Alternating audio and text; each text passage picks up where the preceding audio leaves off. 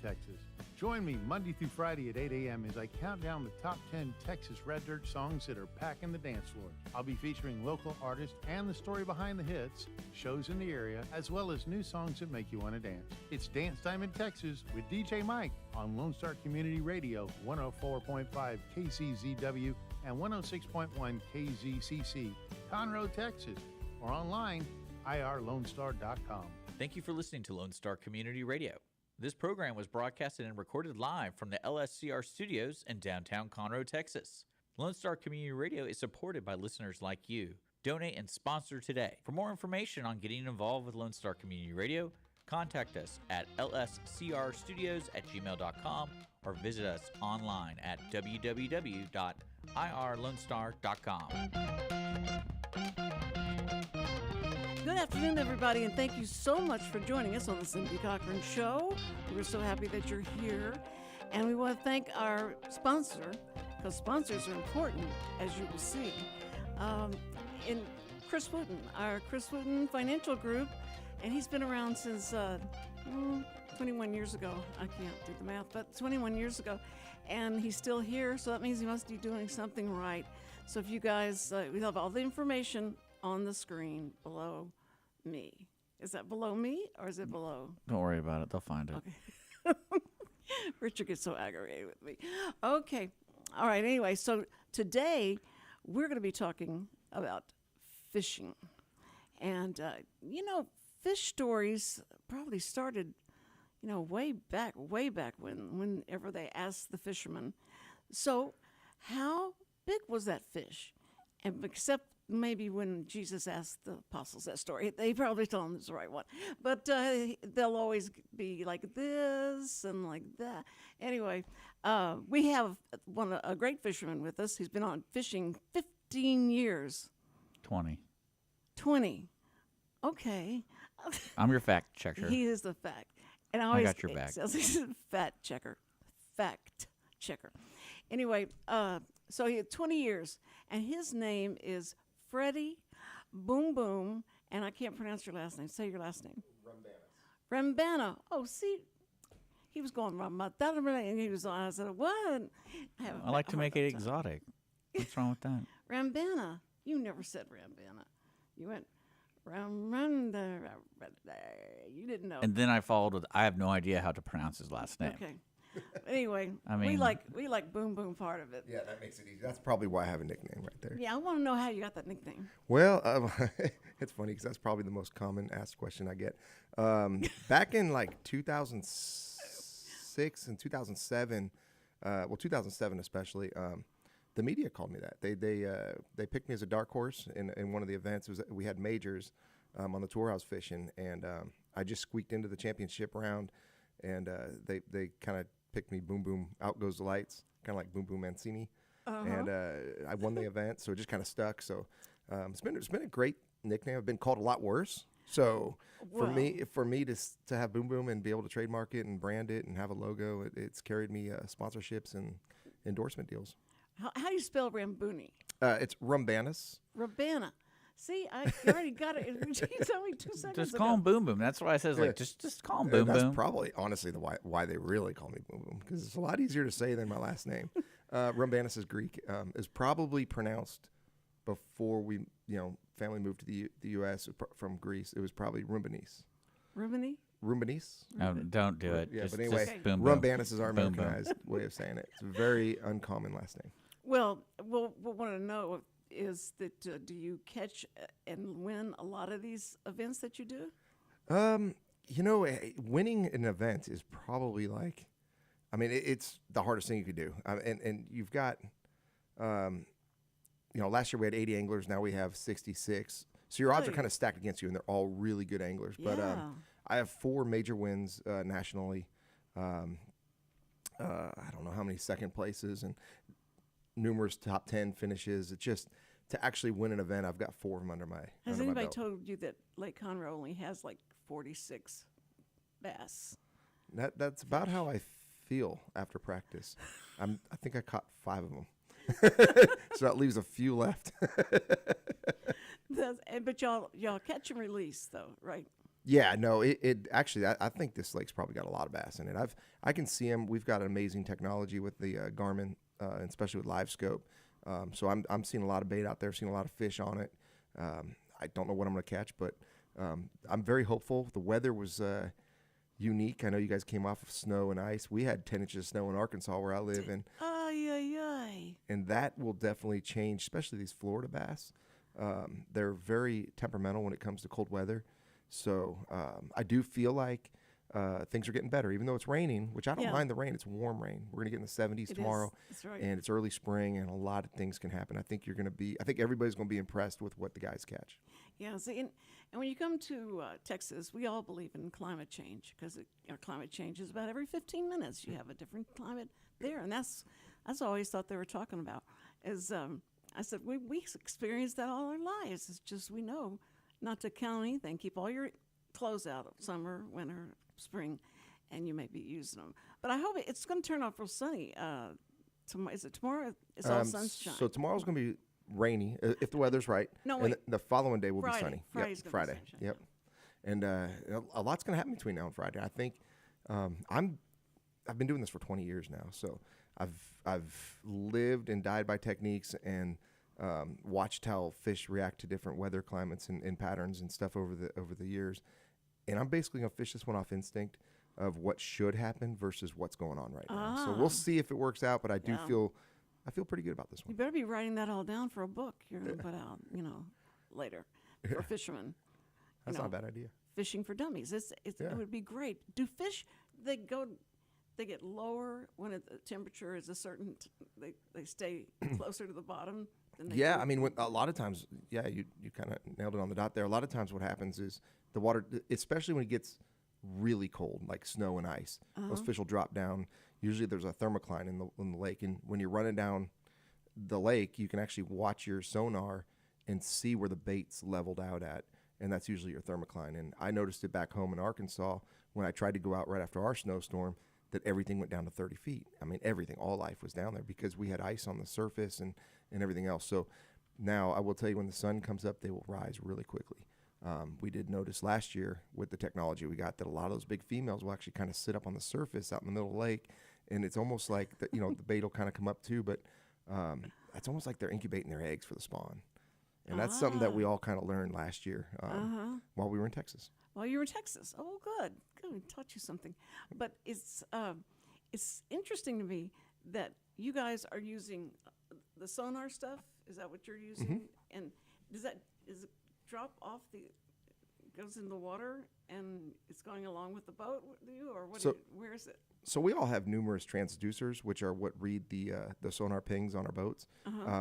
So we have one that's in haul. So when you're driving the boat down the lake at 60, 70 miles an hour, you can see the depths and the contours and know if you're about to hit a shallow spot or not. But we also have really good mapping with our GPS. I run Garmin and Navionics chips, so we've got excellent mapping, shows contours.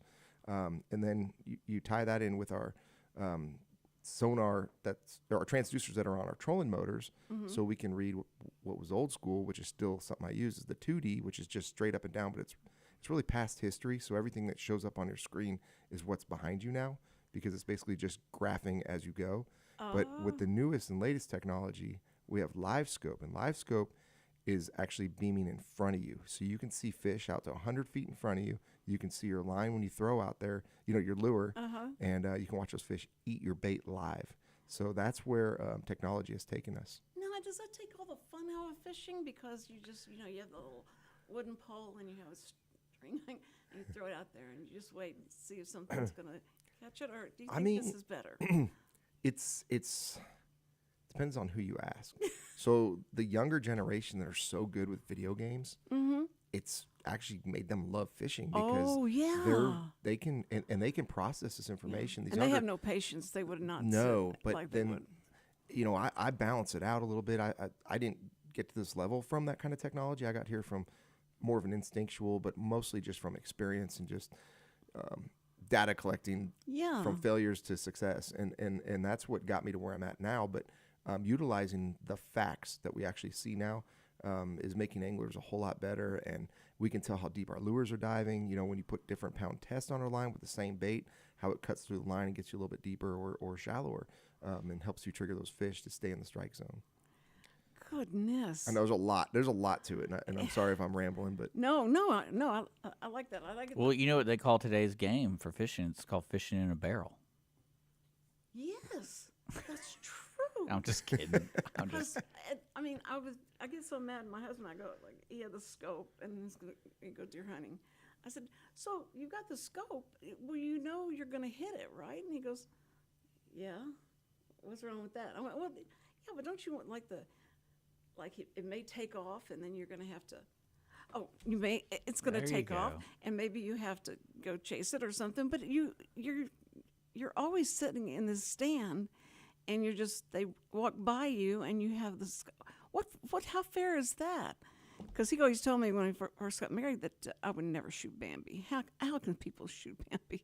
And he could, as long as it had horns, he could do it. And he got so into it. It's like the first blood, that they would do him and go like, you killed one. And now he was there every weekend. He was out with his friends. I told his friend, you did so much harm to our marriage with your deer hunting, because he'd bring the meat home and he want me to cook. I couldn't do it. oh, it's so good for you though. It's- Harvesting a deer she said is that, amazing. yeah, and that it's so lean, and that it's when they do sausage, and now sausage wasn't bad. I could take sausage, but that the other stuff just. So we do a lot of deer hunting on our property, and we harvest everything. So we eat it, and then my wife Julie can do everything from Now that's right. tacos to chili to steaks to. Well, see, that's what I think is okay. Yeah. It's like, as long as you eat it, or you make the skin, do something with the skin, can't do anything with the deer skin, Keep can it. you? Well, I mean, if you get a trophy buck, which I've yet to do personally, but Would you keep it? I mean, I would you would. have it stuffed? My son got one on our property. It was a really nice 8-point. It's up on the wall. Yeah, but basically you keep the skin and you keep the head and the antlers, and Yeah. when you take it to a processor, they'll do it all for you, so you really don't have to worry about it. But Well, do y'all take? we eat so much venison that by late summer, we're completely out of it, and we can't wait for fall till hunting season again. And it's That's really a good way to conserve. Conservation does a great job, especially where we live in Arkansas. And I know Yeah. Texas Fish and Wildlife, they do an excellent job down here as well. I know Sam always tried to tell me, look, we're helping. Yeah. We're helping the environment. Oh, yeah. Because we have to take those deer out of the way, because there's too many deer, and it's not good for the. And I went, I don't buy it. Okay, but anyway, he had a story. He had a story right. What I love about her is she has no problem going to HEB and buying meat there. No Right. problem. Because there's no pictures Yeah, of where this that's came where from. that's where it comes. That's where That's the what it is. conflict It's a comes mental from. block. Yeah, Yeah, and my son loves to hunt, and he hunts, and my daughter-in-law will make spaghetti and stuff like that with the venison. And I say, well, I'll just take, forget it. Yeah, what do you have for dessert? And and she'll say, Cindy, you gotta just taste this. No, I don't like it. And so I'll come over, and they try and trick me, and they'll go, look, we got a hamburger. You want some hamburgers? We get a hamburger. And I go, it's venison. I right? really wanted to bring what do they call it? They call it like a captive bolt pistol.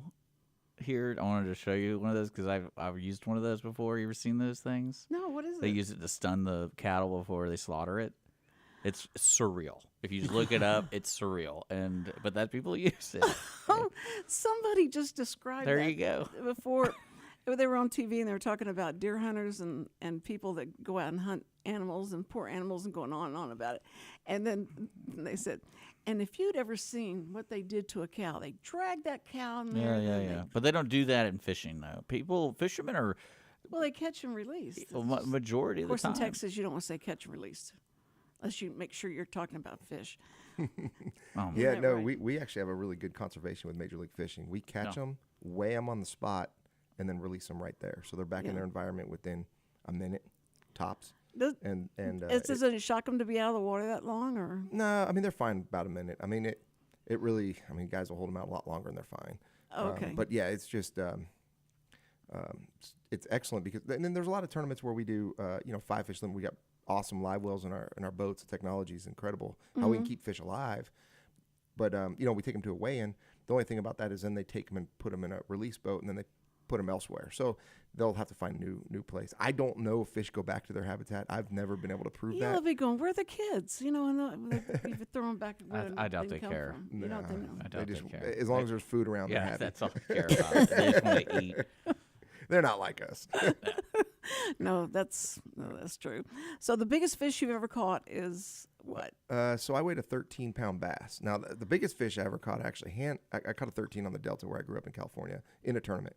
But anyway, the biggest Wow. fish I ever caught was 2 years ago down in St. George Island. I went out on a red snapper trip with the family.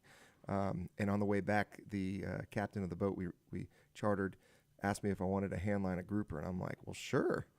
And it wasn't 5 minutes until we hooked into one on a sunken ship, and I handlined a close to 500-pound grouper. A hand line? Yeah, basically a rope and a giant hook that was So you're 18 inches you're long. just holding the rope and holding it, and he hit reverse when I got the bite, and I had to hold on for dear life. I was going to say, what if they take off? Yeah, it wasn't easy. I mean, for the first 20 feet probably off the top of that shipwreck, he backed it up, and then he had to help me pull it because I was like, man, it's either me or the fish. You know, I thought I was going to go overboard. But we finally once you get up to a certain level, their air bladders expand out, and then they have a harder time digging. So then they start coming up. Oh, it just kind of okay. the pressure. So once we got to the side of the boat, you're not allowed to take them into the boat, but you can put your hand on it and touch it. And the thing came up and growled. I mean, it was just a monster. It was like a monster bass. And it was a bass, and It was No, a grouper, it's but they grouper. look a just like grouper. bass. Okay, They're just bigger than life. And then their gallbladder blows out, and he precisely kind of punctures that bladder, and it lets the air out, and then they go back down and it heals up. So then Oh, okay. someone else can catch it another day. Oh my goodness. So you never you fished marlin and all that stuff? Never done the marlin, actually. No, I did saltwater. I grew up in California, so at one point I actually had the state record Pacific Ocean salmon. You did? When I was 18, yeah. So that was cool. My dad, we would go out to the Farallon Islands quite a bit and salmon fish from the Golden Gate. Goodness. Do you miss that? Yeah. Was I don't that- miss seasick. I don't miss the seasickness. Were you? And when I was seasick? younger, that's kind of why I chose bass fishing, to be honest with you. I'd like to say because I had really good balance because I did a lot of skateboarding, BMXing, and snowboarding back then. And they say it's some kind of something in your ear, a balance mechanism that you got. But I don't know. That's what I like to say because I don't get seasick anymore, and that worries me. That worries you? That I lost my balance. Oh, That's pretty funny. No, I mean I'm good. I would have believed you, Boom Boom. Yeah. You know, anybody with the name Boom, you got to believe anything they say. That's just You really should. yeah. And No, but that is true. I wouldn't lie. well, what about the 17-year-old? Now the 17-year-old Jackson. Yeah. Jackson and Avery's the youngest. Avery's the youngest. Yeah. He's the athlete. He's the athlete. Oh, okay. yeah. Okay. Jackson's not the athlete. Well, Jackson's an athlete, but in fishing. in fishing. Okay. And the reason is Jackson. I mean, not just fishing, but everything outdoors. I mean, he's just avid, but he just loves it. He's got it in his blood. That's great. You look at them. I guess you're very proud because you've taken them out from the screen, the TV, and the games, and they're out doing stuff. Yes, and that's a Everything. blessing, honestly. Like, I mean, they like video games, but Jack likes his video games on the boat with the Garmin, as he should. And Avery does like fishing too, but he's into sports, basketball, football. That's He's going to be great. running track, and Now, does Julie share your love for fishing? yeah. I don't know how much time we got, but I can go into a lot with her because I met her the first year of me fishing Pro Tour back when I did the Bassmaster series. And when I met her dad for the first time, I was looking on the wall and I noticed a plaque of basically my first rod and reel, probably a lot of our first rod and reels. It was Zebco 33 Classic. And he goes, "Do you know what you're looking at?" I said, "No." He goes, "That's the patent. I have the patent on it." And I was like, whoa, this is It's cool. a real deal. This is the real Yeah. deal. So Oh, Yeah, man. there was an article, Rod and Reel Romance, in the paper in Tulsa. So it was neat back. Oh, that's so so, cute. Yeah. So. How long have you been married? Well, You've been fishing for 20. Yeah, we're 17 years. So 17 years. yeah, Good grief. That's great. yeah, And you're gone all the time fishing, right? yeah. I mean, for many years they came with me, but then school and everything Yeah. else. So Yeah. yeah. In summertime we travel a lot together as a family. Very good. Yeah. That's very good. Yeah. Well, you've got enough stuff, I think, to write the book. I Yeah. think you ought to go ahead and write the book and just help people find out about the temperature, where the fish are going to be going, and if you can afford it, you can buy all this stuff, and you don't need any of that. You can just put your line out and just follow the GPS. As long as they read this book, they'll catch bass. See, that's it. That's it. You're gonna catch bass. You're gonna catch bass from Boom Boom. Boom Boom Bass. Let's see. Boom Boom. If you don't have to say your last name, what would rhyme with that? Anyway, I know your family's so proud of you, and it's just that when your kids tell everybody your middle name's Boom Boom, and they want to know why, and then the kids have to go back and tell them why, and your history is all over the schools, right? They probably all know. Yeah, I you. mean, I think they all know. They come over, we fish our pond and stuff, and it's fun to watch. Like going back to Avery, all his buddies that are in sports, they all love fishing now. So they all go pond hopping together, and it was just fun having them come over and letting me set up their rods and giving them some baits. It's really cool to do. And the advice that you can give and how they can. And that's my That's problem though, is awesome. I don't want to over, make it too technical to where they don't understand me, Right. or and make it overwhelming. Because, I mean, let's face it. If you walked into, and I know if I went into, I don't know, I'd have to name something off the, a hockey store or something like that, and there was all these things, I wouldn't know what I was looking at. But fishing, there's literally millions of stuff on the walls, and it's just so complicated for someone to get into. And I think Major League that's Fishing does a overwhelming, great yeah. job with what they do here, with their website and articles and teaching and following live. You can really get a grasp of what they're doing and how they're fishing. So Well, Lake Conroe is beautiful. It is huge. We used to live 3 minutes from it, and I mean, on the weekend, that street going to the lake was just packed, and it was. I had no idea that many people really liked fishing, and so I had to do a story, and had the camera, and I was sitting in the boat, and we're out there, and it was so many people on the lake. It was a lot of noise. It wasn't real quiet. I thought it would be real quiet, and but it wasn't. But it was a beautiful lake. I didn't realize it was that big, because I only saw like the marina and some of it, but not the whole thing. But where we were, and to see how big that was. Were you surprised how big the lake was the first time you saw it? yeah, so I mean, you look at a map and it looks like it's got a few major creeks. It doesn't look too big. You get out here, this is one of the smaller but fishes bigger lakes that we go to. And there's areas you can run around freely, and there's areas you got to be real cautious. A lot of standing timber and stumps and stuff like that. And yes. so it's got a mix of everything. So Yeah. When it gets too hot and too dry, and you see all the undergrowth you start seeing it grow up, and we see what was there. Oh, it's so sad, because you feel like somebody's going to get hurt trying to get through the lake at night and run through that stuff that you can run through. Well, you have had 20 years of doing this. Or did you do other jobs? Were you working other jobs other than the fishing? Yeah, I mean, pretty much straight out of high school, I worked at a tackle store and made some connections there. This is something I always tell people that, especially kids that want to get into it, find your local tackle shop and get a job there. I mean, that's really you meet the right people. You can go work at a larger store, but you may be stuck behind a register and not really get those To intimate talk. meetings Yeah, with right. the reps and stuff. Well, I had a rep, he worked for Daiwa, kind of take me under his wing, and then hired me with a rep group, and I went on to do sales and took a territory on in California, West Coast, and then from there I went on to work actually went to work for distributors. I went back to college a little bit, and then I went back to work for that company again. They took me down to Southern California, and then I got hired from a rod and reel manufacturer, Akuma, as an assistant sales manager, and then I qualified as a pro. So I built a really good business foundation Man, to how understand smart it. you were. Yeah. Yeah, and so I think when I retire from bass fishing,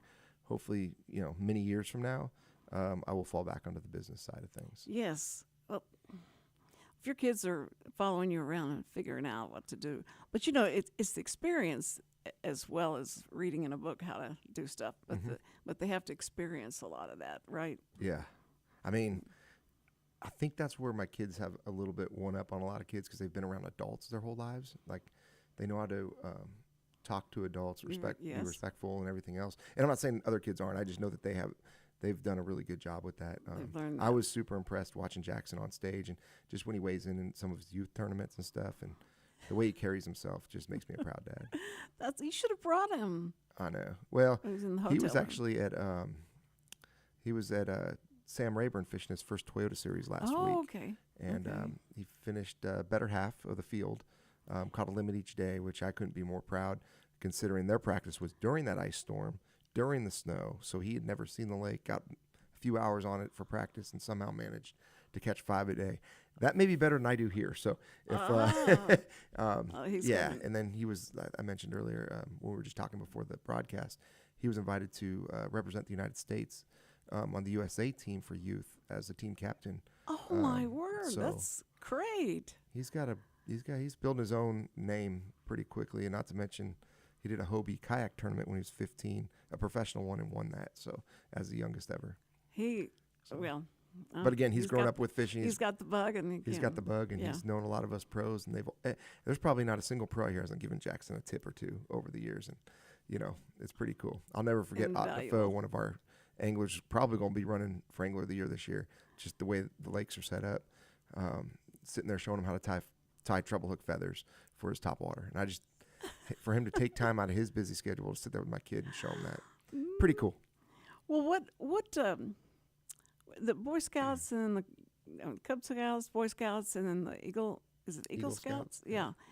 Are those good places for people to get a really good education on sports and fishing? Yeah, that and a lot of people hunting? have 4-H as well, and that's a good That's way. a And they offer scholarships that way. But I think a lot of that, and I think a lot of it too, is now you've got high school fishing teams at most of these schools, and from there you I can actually know get that. scholarships to college. And I feel like I'm just bragging on my son, but he actually got an offer to Murray State in Oklahoma to fish for their team. So No, I love that. Yeah. Not bragging. Yeah. That's like it's going to go on. Your Yeah. legacy will go on and on. But I think that if anybody wants to see this, can they come to the lake? I don't know how it works with the public. So the best way, there's really there's probably a somewhere, and I probably should know this, and I apologize to Major League Fishing, but there is probably a when we come in, we're at the rendezvous area, which I think will be probably announced on Major League Fishing website. We all come in at the end of the day, and it's a great place to get signatures and autographs from a lot of the anglers. There won't be, because of the way this lake's set up and the wind that we're going to have, they're going to let us trailer to any ramp we want. So if you just happen to be driving by a launch ramp, you'll probably see some of our rigs. At the end of the day, we're going to pull back there, so you can always stop us then. And we'll gladly give autographs. But they've got all kind of restaurants and stuff down, continuing down 105, and then they hit the lake, and the lake is right there. yeah, so you'll be able to anything watch that us they live do, on they the can water. watch. Yeah, you can watch us fishing. I'm sure there'll be a lot of us fishing around those areas. Yeah. And then of course, Major League Fishing, the website, and they've got an app that you can get for your smartphones, and it's the Major League Fishing app. So you just go to your app store, and then there you can actually tune into live all week long. So there you go. There's also, from what I understand, on Sunday, the watch party ceremony. that's what I was. Yeah, at the outlets of Conroe from like 3 to 5, I think it is. Okay. Is it down 105? It's the outlets of Conroe down 45 in League Line. Oh, in League Line. Okay. Yeah. I was there today. That's where our service trailers are. Yeah. And so a lot of us had little updates and stuff. We had to, we're all got our new rigs for the year, and there's just little things we got to tune and tweak, and it's almost like a reunion when we showed up there today. It's like So NASCAR. it's But it's cool. open Yeah, to the public, it's a from what Pittsburgh. I understand. Yeah. So you can come by. The service and check yard it out. really isn't, but they're doing yeah. they're going to set up an area for the ceremony. Yeah, they and got everything. Okay. a stage I think they're putting up and everything. So Okay, that's cool. I'm just glad let our listeners know that they can go see this after they heard all that, and you might even get a blimp. A blimp, huh? Catch a glimpse of Boom, boom boom. You got it out. I got Proud of that you. out. Catch a glimpse of boom boom. And his kids and all that. Is Julie's here, right? No. You left her. Avery's at school, so Oh, that's right. Yeah. Oh, so you left her. he's got basketball. And Oh, well, yeah, that's unfortunately, they're not this part of the year, but they okay. will Well, you summertime. say hi. I love you and I miss you. Yeah. Hey, Julie. I know you're probably listening. Love you. See, there you go. Why are you forcing him to do that? Because I would want that to happen to me if I was on the other listening, and that would make me feel good. So, well, anyway, we just Love you, Jack and Avery too. Yeah. I know you're. Now you got to go through the whole list of people. When you do that to somebody, someone's gonna be like, I was his third grade teacher. He didn't say hi to me. Like, what the heck? that's so cute. No, I think they'll love that, and they're going to get to see you live and how. I almost had you take your hat off, and I thought, you know what? Maybe that's a sponsor. Yeah, this It is does. Miller Tech Batteries, one of my sponsors. Yep. Yeah. So because it should look dark Oh, do under I look there. dark now? My hair's messed. No, Better it's put it back on. not. No, it's not. And you fixed it by just doing that. It was fine.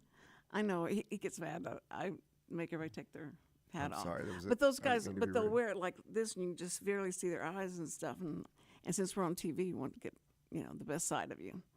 But you, from Arkansas, you sure have a lot of color in your skin. You've been out in the sun a lot.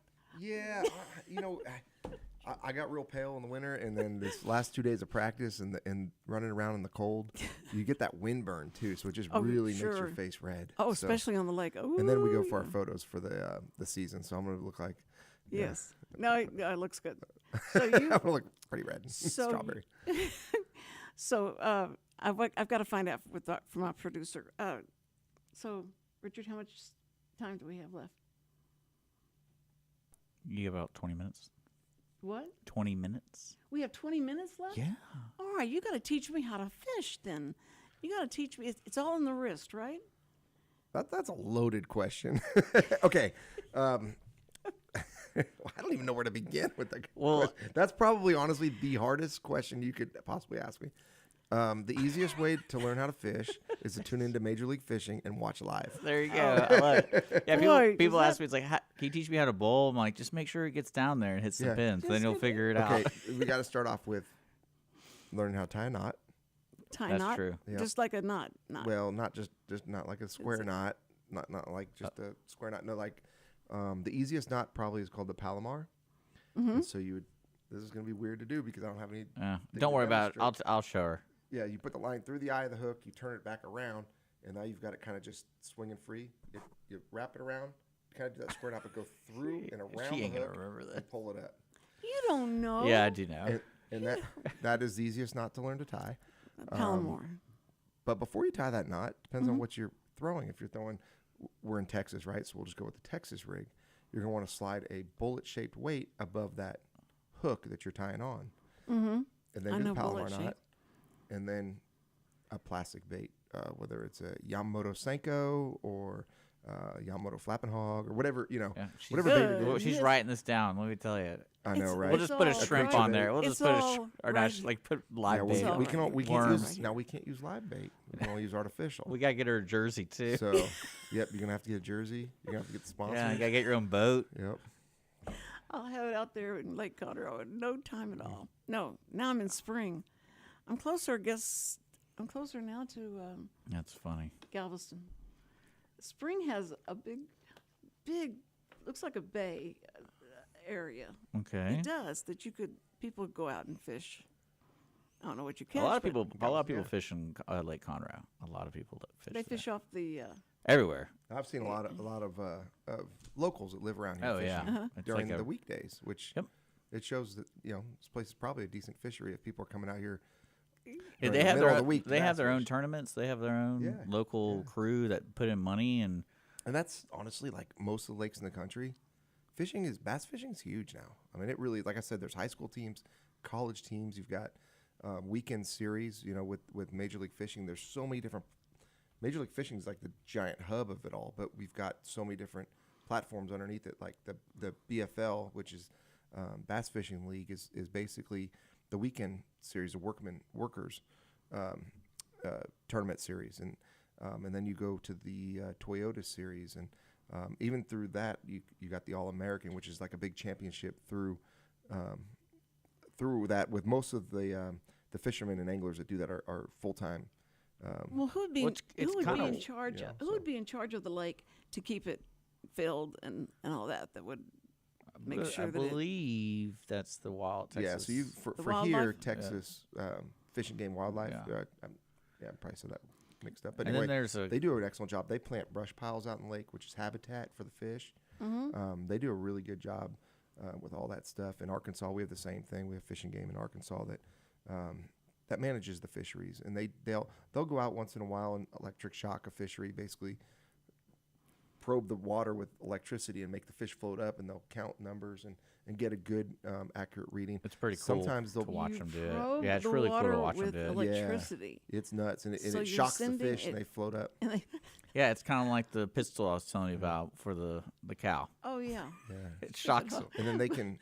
as long as they don't come up like that. I don't know the exact procedure, but they'll take that location, by square footage and how many fish are in there, and they have some kind of a mathematical equation. They'll give you an idea of the population of that fishery and how well it's doing. So then if it looks like it's low on bass, they'll just do stocking programs. Well, now are y'all Restock it. Are all the boats set up in a line and it goes? They go, you shoot a gun off and then you take off. Well, he how just do you said know that where they you're have gonna go? they can go So, different ones. In different events, it's different.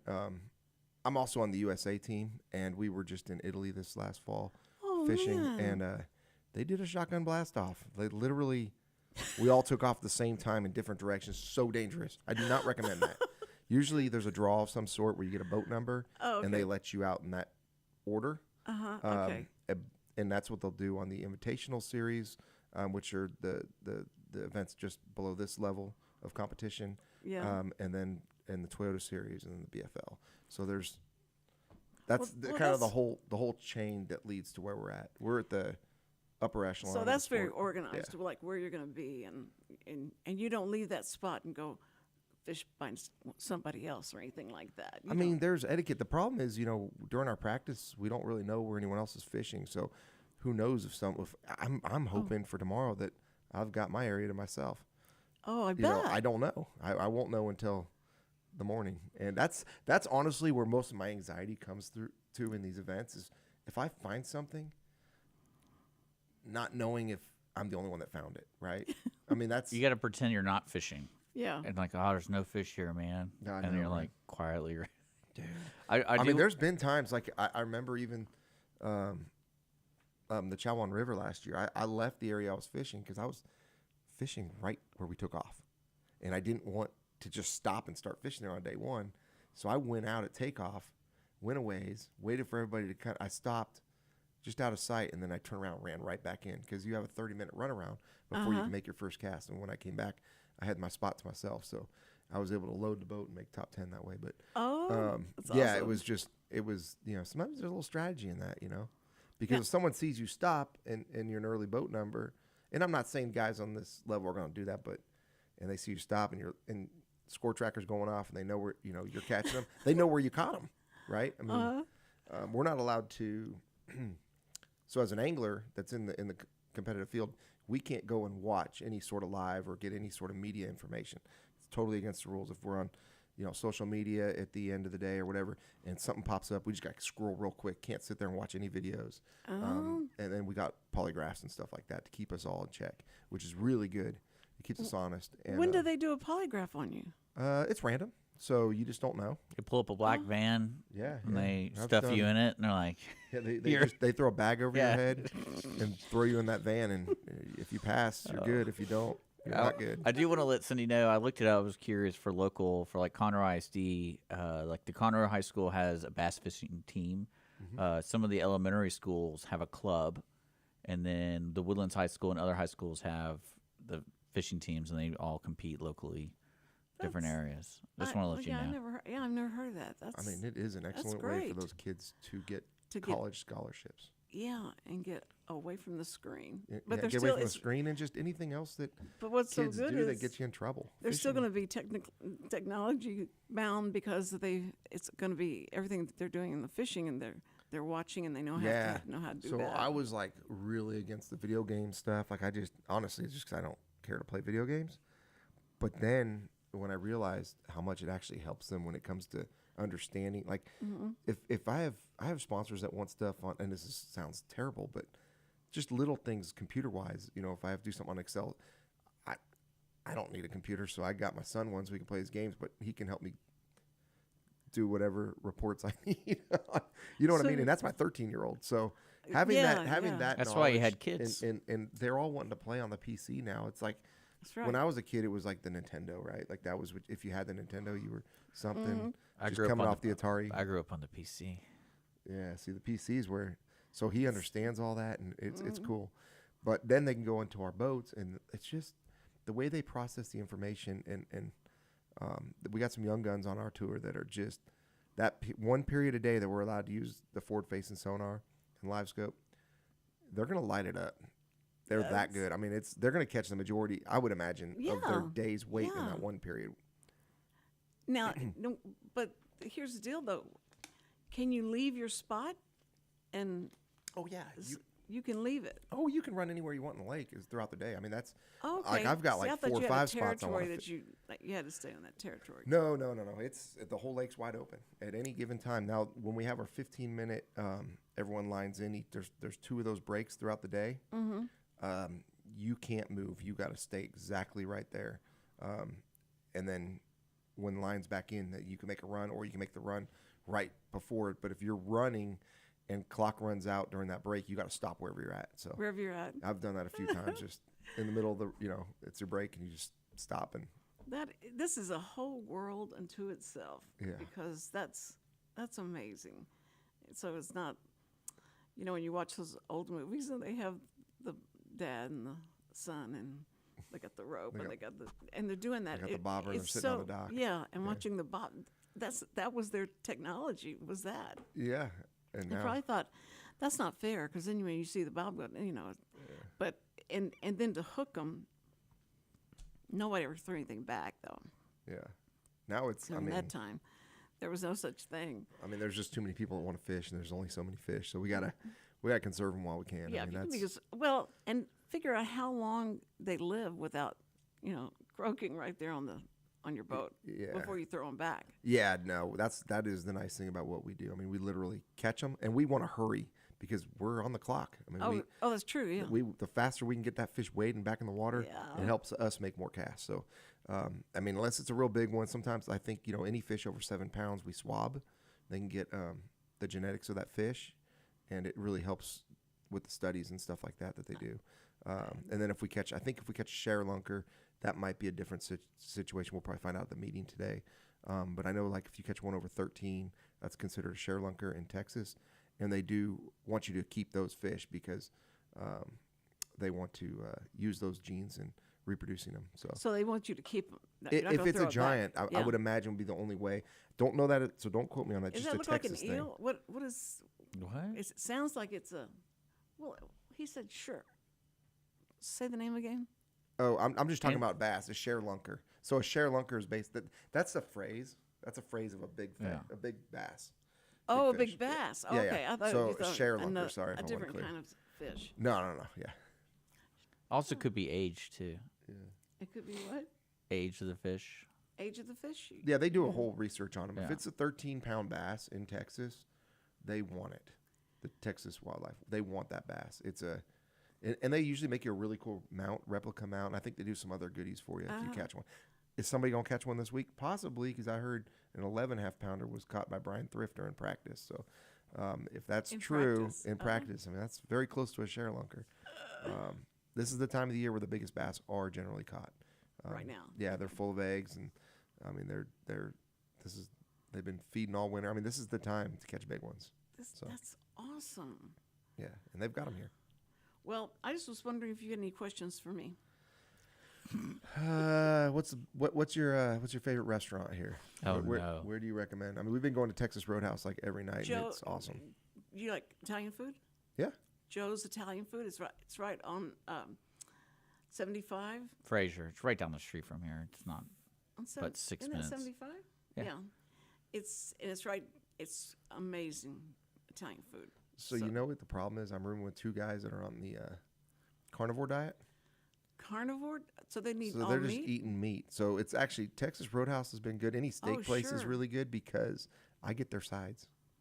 Oh, I what got- about barbecue? Yeah, I think barbecue. I love barbecue. Spring Creek barbecue is really It's good. okay. No, would no. do The that. best barbecue joint around here would be Bar A BBQ in Montgomery. That's probably the best. Bar A ABB. B like it's like Bar A barbecue like Oh, BBQ. okay. But I don't know. Yeah, because you're here for all the way to the weekend because you're gonna go all the way to the finals. I plan on making it to the finals. Yeah. So yeah, they're. I think they open Thursday. Oh, perfect. So and then it's probably the best barbecue locally here. And there's Corkscrew in Spring, which is a little further. Corkscrew and Spring. Yeah. I just know the commercial ones. Spring Creek. Do they have Spring Creeks in Arkansas barbecue?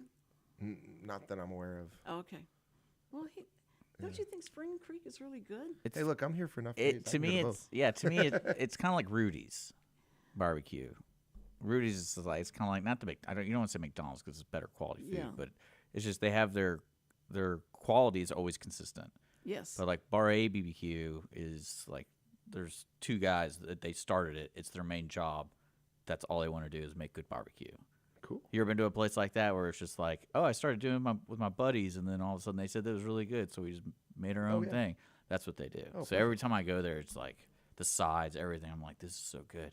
But it's- Spring Creek though, they have Spring Creek. banana pudding Oh. that's like ridiculous. So you're- I'm not see, on this you- diet, so I absolutely. can you do the you banana. remind me of my mother because when I make barbecue for my mom, she's like, this is too spicy. And I'm like, it's not. What? And she's like, I like Rudy's better. And I'm like, yeah, because there's no flavor.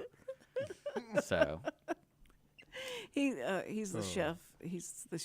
He can do anything. Actually, he's a Renaissance man. He can do anything. He likes. I can't fish. That's for sure. You don't fit. I thought you said you did. I didn't want. I went fishing for like the first time Oh, I like thought 3 you- months ago. Well, But but I he mean, can, he he's can do a Palomar knot. Yeah, he, I could probably figure that out pretty fast because I just watched my buddy. But no, fishing. I'll say this tomorrow because I have an interview with another fisherman tomorrow. But I grew up with my grandfather fished every day in Galveston, and that's why he lived there. But my older brothers always got to go because you can only have so many people on the boat. So when you have 3 older brothers, you're kind of like, Oh, yeah. you got to stay. Same thing with hunting. Like my older brothers always got the first shot. So after Hey, you got shafted. oh yeah, and that's why I got into photography because I was like, I can do that all day. Photography's And awesome. but yeah, I went fishing for the first time. It was so much fun. But I definitely, I forgot the word. I just went blank. I think it's dispatched one fish, and because I was reading the rules on the Texas, like try not to dispatch. I think that's what they called it. Basically, kill the fish. I was like, that's an interesting word. Instead of I don't saying think I've kill, heard of that. dispatch. I think they call it Ooh. dispatching, like how to properly dispatch fish and not to do it, and like how to take the hook out and all that But the stuff. fish are so dumb they don't realize that they're getting ready to take a bite of a hook. They don't learn from the first or second or third time. You know, I feel like these fish are really smart, like smarter than me, because I'm not getting enough bites. No, no. I mean, that's what they do. They eat to live, so they do get conditioned. I've seen Yeah. it. They get conditioned to certain techniques and stuff like that during their lifespan, and it makes it a little more challenging the next time a fisherman throws a lure or a plug at them. So I think you got to be creative and you got to be more finessey. And Well, the more people that fish, the more technical you need to be with your techniques. Well, I just think, they should be feeling the vibe of the sonar or something going, let's go over there and have lunch at that boat over there because they don't have anything going on that We boat. will find out in this derby. Okay, Because all the way right. they've got it set up, we can pick and choose that period where you can use live scope. So if I'm fishing around other boats, and let's put it this way, we have a big orange lock box that you have to unplug your transducer, and that box goes on. If I see guys without that orange in the front of their boat, if they get that close to me, then I know they're using their live scope, and if they're catching them, the next period they probably, you know what I mean? So, yeah. it'll be interesting to see if they want to come to me when they're scoping, or if they're, catching them better than me. Well, see, when I'm not. I gotta. Or I know we vice gotta versa. be wrapping up soon, just to let you okay. know. But I do have one question about Okay. the tournament. When you go to like a lake like Conroe, and they're public lakes, what does the Major League Fishing do for the public? I mean, like, if, like, say I fish every day, and I'm like just waking up, I don't pay attention to the newspaper, and then you see all these boats out. Is it something where it's just kind of common courtesy to let people fish? Like, someone by you might not even be in the league. It's just some. Yeah, I mean, I think it would be. I mean, we're only here for this week, right? Yeah.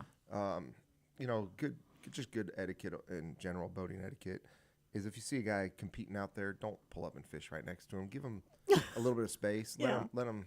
He's trying to, make money for his family. I know Right. that's my case. So, and all of us are really. We all have families of some sort that we're, trying to provide. This is our income. So, Right. if you go catch a 6-pounder in front of one of us, that could have been a 6-pounder. Well, that's definitely a 6-pounder we're not catching. Let's put it that way. And you just you have got.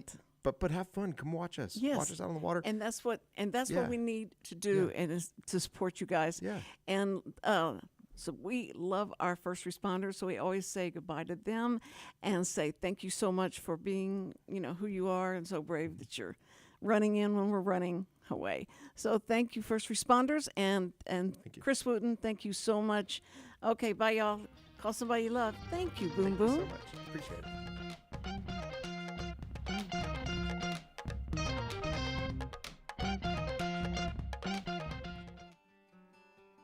Every week, people ask the same 2 questions. Are they ready to retire? Will their savings last for their lifetimes? Hi, this is Chris Wootton with Wootton Financial Group. Our firm has been in Montgomery County for decades, but the hopes and dreams of the people we serve never change. We help answer these 2 questions and many more that people have about their uncertain financial future.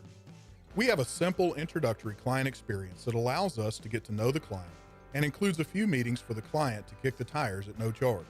We provide a concise, 1-page summary that helps the client get a better handle on which questions are the right questions for them. To learn more about Wootton Financial Group's process in helping their clients to a clearer financial future and to see their contact information, visit Cindy Cochran's show page on irlonestar.com/TCCS. Wootton Financial Group is a proud sponsor of the Cindy Cochran Show. Wootton Financial Group is available by phone at 936-449-5952 or visit them on the web at www.woottonfinancial.com. That's www.woottonfinancial.com. This program is sponsored by the Wootton Financial Group. It is not the intent of Wootton Financial Group to render or offer personalized investment advice or financial planning advice through this radio program or any related website. Wootton Financial Group's participation in this program is limited to providing general information on financial matters and should not be construed as financial recommendation or investment advice. Investment advisory services are offered through Game Plan Advisors, Inc., a registered investment advisor registered with the Securities and Exchange Commission and the state of Texas. Insurance services are offered through Wootton Financial Group, Inc. Game Plan Advisors and Wootton Financial Group, Inc. are affiliated through common ownership, and neither firm is affiliated with The Cindy Cochran Show. No listener should assume that any information presented and or made available on this program serves as the receipt of or a substitute for personalized individual advice from Game Plan Advisors, Wootton Financial Group, or any of their representatives.